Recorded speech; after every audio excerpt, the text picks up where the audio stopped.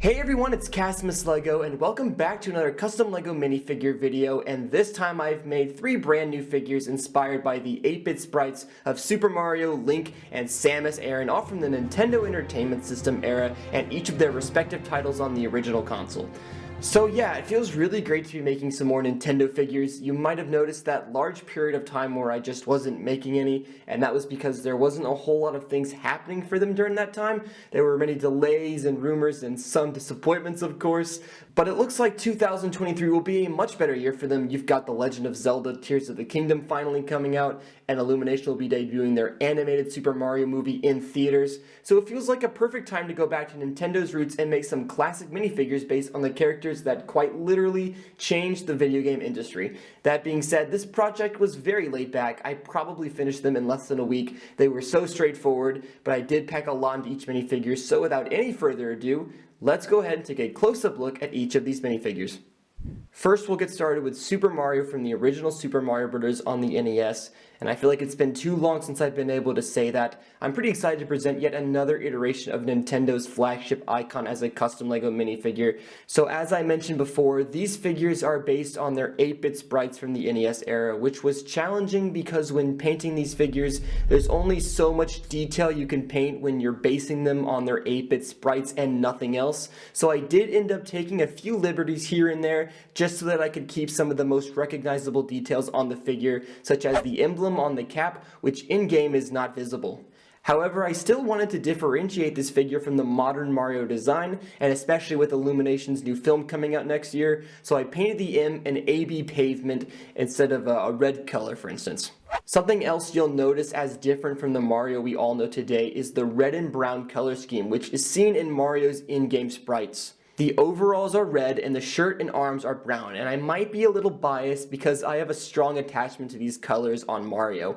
Way back in the day, back when there were a lot more people in the community making Nintendo customs, there were a few minifigures based on the 8-bit Super Mario sprite, and they all looked so good and very unique. And so when I was thinking about making some more Nintendo customs, I couldn't get this design out of my head, and it basically became the basis for this entire project. But I did change up a little bit here and there. For starters, I changed the skin tone from yellow to a light nougat. I probably could have used the yellow since it looks more accurate to the sprite, but I'm just not a fan of using the yellow tone on figures unless the character I'm making is so yellow that there's basically no way around it. So there's another liberty. I doubt it, but it's possible some of you might even remember those golden years of those Nintendo customizers. Most of them have retired, but hopefully this figure recaptures some of that original spirit. Back to the figure, the process of making Mario figures hasn't changed all that much. I painted the torso in red and used E-tape for the overall straps.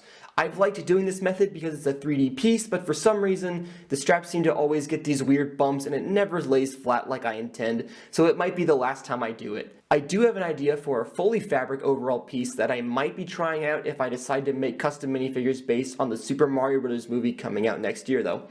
But anyway, these straps wrap around the torso to the top and end right there while I painted the back to continue those details on the overalls. I also sculpted the buttons to get that smooth, rounded shape that I needed and painted them in a khaki color. And of course, Mario's using the short legs, a staple for custom Lego Mario figures since 2010. For the head, I wasn't sure what I was wanting to do. I could have painted eyebrows and a mouth on top of the eyes and 3D mustache nose combo, but I kept it very simple, basing the facial features strictly on the 8-bit sprite. But to keep the figure looking consistent with my other minifigures, I decided to paint the standard minifigure eye design and nothing more. And I don't know about you, but this evolution really excites me for more modern and consistent looking Nintendo figures. For years, I've just been painting the respective stylized eyes on these types of minifigures, and for me, it feels like a leap forward to try something different, and I'm pretty happy about it. But of course, I couldn't leave out his mustache and his nose, so I sculpted those. I thought I could just do what Lego did on the Fred Flintstone minifigure where they just left out the space for the nose as part of the design, but I didn't like it. I had to have Mario's big honkin' nose if I wanted this figure to look right. I also sculpted his ears on the sides of the head so that the head would look more balanced when I put the hat on. And speaking of the hat, that is a bootleg minifig accessory that has the hair molded right into it. So gone are the days where I would sculpt Mario's hat individually on each minifigure because these honestly look perfect. They have the perfect proportions. I can't remember where I got it specifically, but I'm sure you can find someone selling these minifigures online if you look hard enough. I've also given Mario additional custom power-up accessories, and first we'll look at the Super Mushroom, which has that distinct NES look transferred into a 3D piece. The body is a 1x1 white cheese slope, and I painted the shadow on it. The cap was sculpted right on top of it, keeping the slope on the body as part of the design, and painted all of the spots. Next, the fire flower was made using a bright green bar and flower stud piece. I slid the bar inside so that Mario was able to grip the accessory from either the bar or the bottom stud. The flower was sculpted and painted with the orange and yellow rings. And finally, the Invincible Starman, which is a standard LEGO star element.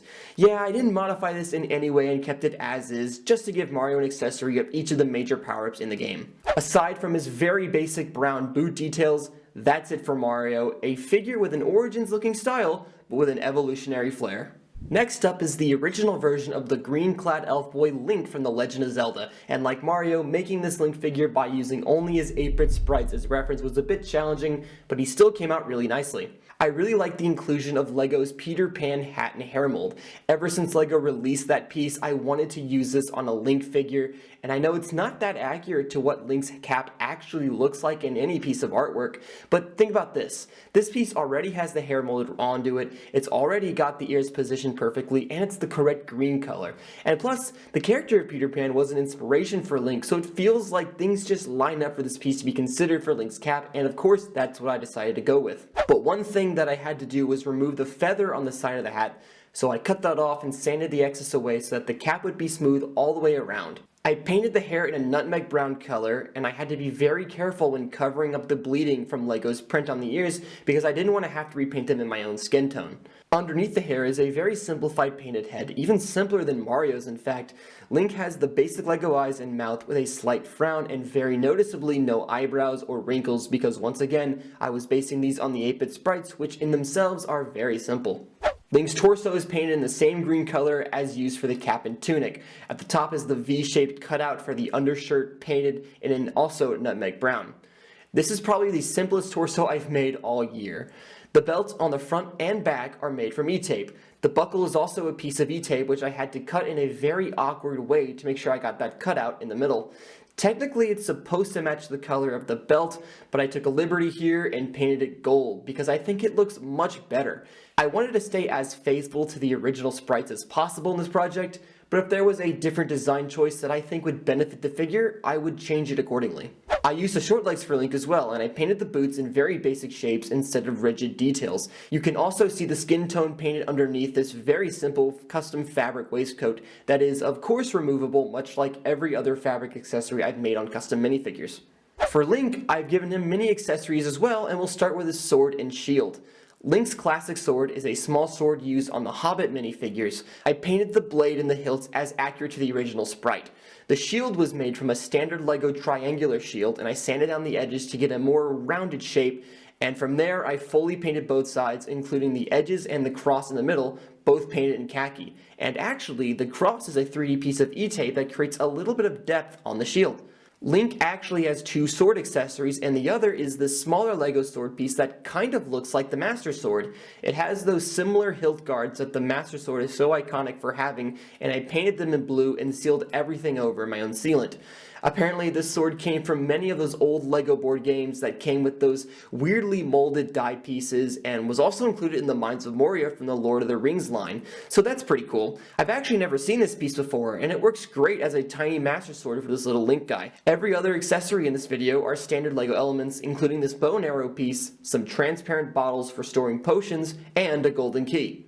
All in all, this Link figure was the simplest in this project, but he still looks great when side by side with the other Nintendo icons.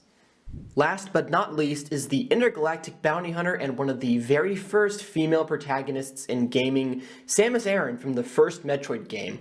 This figure, you could say, looks much simpler than Mario and Link. It's almost a fully orange minifigure with maybe some red highlights painted throughout, but truth be told, Samus was the most challenging out of all three of these guys. When you look at her 8-bit sprite, details aren't that easy to make out and you're left with a lot of approximations, and I think I did a good job considering the lack of clarity I had, but I took a lot more liberties with this figure than the other two. I basically took the original design and had a lot of fun changing and reimagining it for this figure. But what wasn't fun were the amount of times I had to paint the base orange color that you see. Orange isn't a very easy color to work with, especially when you're attempting to paint over a dark surface. So I had to apply several layers of orange paint to the legs, for instance, just so that I could fully cover the dark base underneath. And speaking of which, I decided to give Samus the medium-sized legs instead of the normal or short leg sizes. It's difficult to compare her actual 8-bit size relative to the other minifigures in this video, but I personally like the smaller height for the figure. The boots are painted in red, and I added this green stripe from the top of the toe pieces that runs down to either side. And the thighs have painted diagonal details too. To represent Samus's feminine physique, I shaved off the edges and sanded the sides of her torso to shape her hips. The body armor is sculpted and has these sharp edge lines. I painted the base in red and added these 3D sculpted orange ovals and bright green details. The back of the torso, however, was much more involved. I wanted to have some kind of tank on the back of the armor, but I couldn't glue it directly on the torso because I wouldn't be able to use an accessory that I'll show you later on. So finding a way to connect this tank to the back of the torso while also keeping it removable was the most challenging obstacle to overcome with the figure. And in hindsight, my first thought was magnets. I could have used magnets, but I didn't have any on them when I was making the figure, so I had to come up with something else. I cut the top piece and neck attachment off of a Lego minifigure oxygen tank and glued it to this piece of fabric with the hole on top so that it can go over the torso and fold along the edge to lay flat on the back.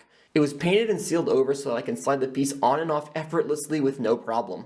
Samus's left arm is relatively simple and painted orange with minor details and red hands with a glove top. The right arm, however, was not as simple, but I thankfully avoided too much trouble by just using an official Lego robot arm rather than making my own completely custom. So this was a quick paint job basically, and I got to be very creative with the exposed bit in the center, which I painted a base black and then added the gunmetal highlights to so that it would really pop. The arm cannon was painted, and I sculpted this oval button and painted just for fun to add some more details. Finally, I didn't want to leave the cannon barrel empty, so I cut the end off of a black Lego bar and stuck it through the middle and added a very slight suggestion of depth with that small gunmetal circle. I can also take the bar out and switch it out with a translucent bar piece to make it look like Samus is firing from her laser cannon. For the helmet, I wanted to use an official Lego helmet piece, and I had many options to choose from.